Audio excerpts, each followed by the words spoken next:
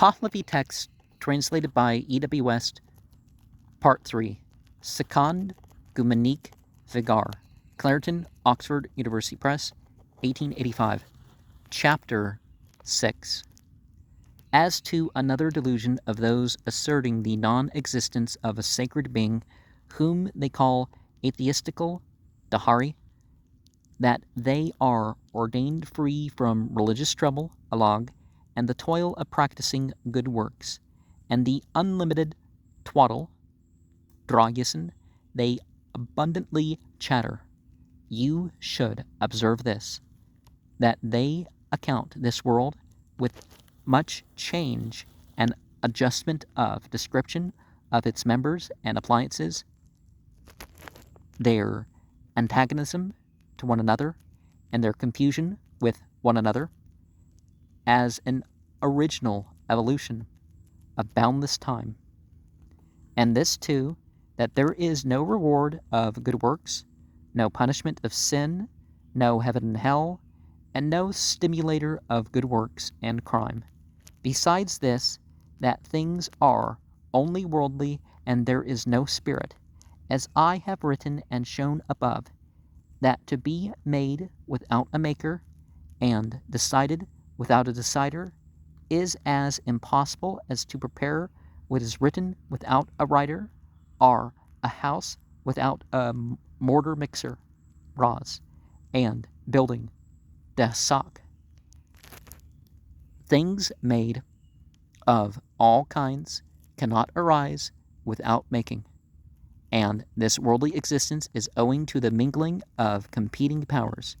So its numerous possessions are so constructed, selected, and made of diverse races, Kiharan, diverse colors, diverse scents, diverse characteristics, and diverse species, as I have stated above about the body, that it is constructed and made out of many things, such as bone, fat, sinew, veins, skin, blood, breath, hair, fundament, hand, foot, head, belly, and other members, internal and external, in two series of things of many kinds, of which to be never made by means of the diverse nature of diverse powers, are to arise without a maker.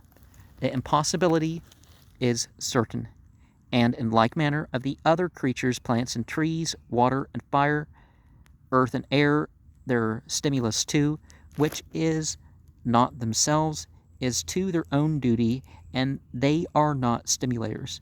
But there is a stimulator, a building, desak, and a making for them, and the usage, vazar, which is changing and urging them from stimulus to stimulus, from statement to statement, and from time to time, is not according to the will and requirement of those made, but according to those that are stimulating and making.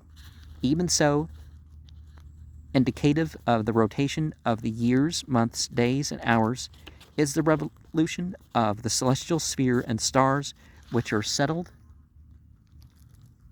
Pasaktak, and of the sun and moon, which are adjusted, Nivardak, a well-horsed progress and conspicuous revolution.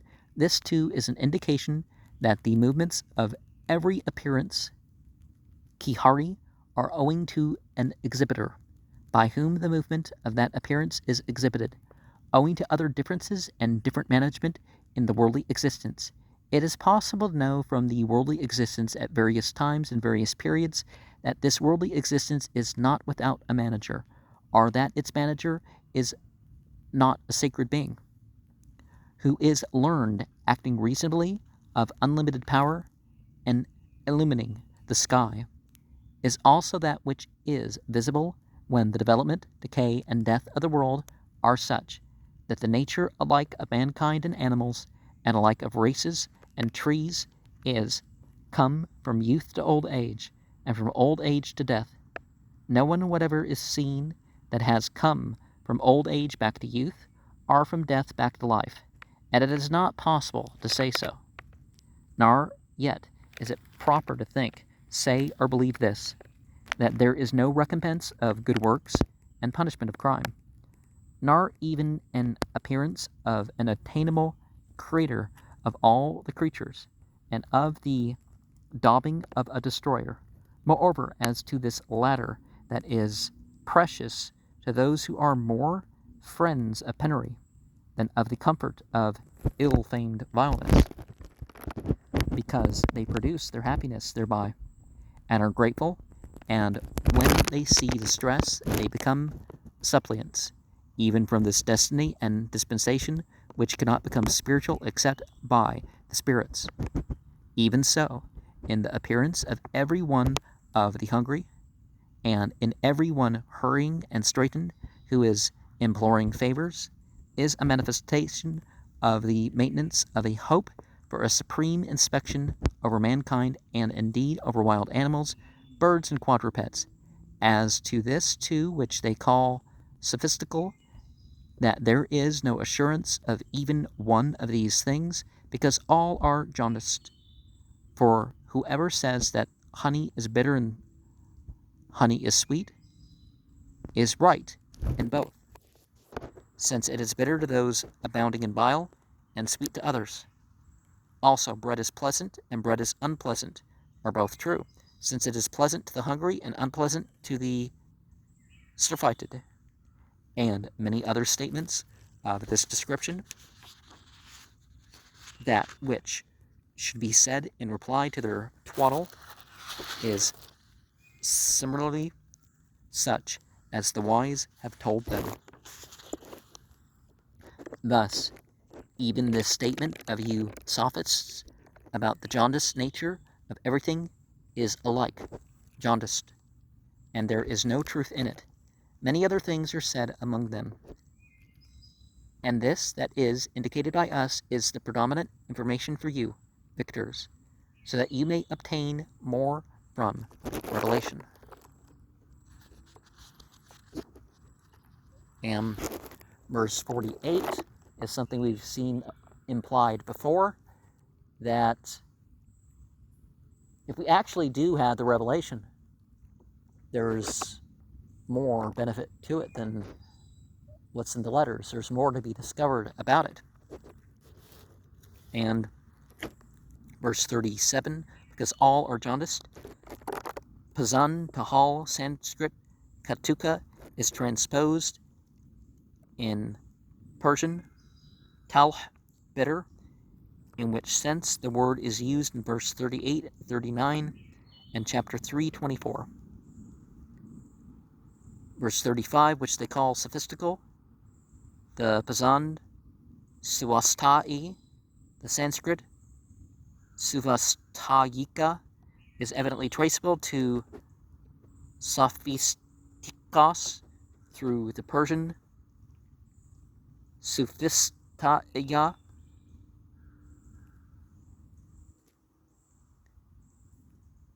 Verse 34, and in everyone hurrying and straitened, assuming that the Pazan, Hvastau, U, Vadung is a misreading of the Pahlavi, Ustavo, Vatang, and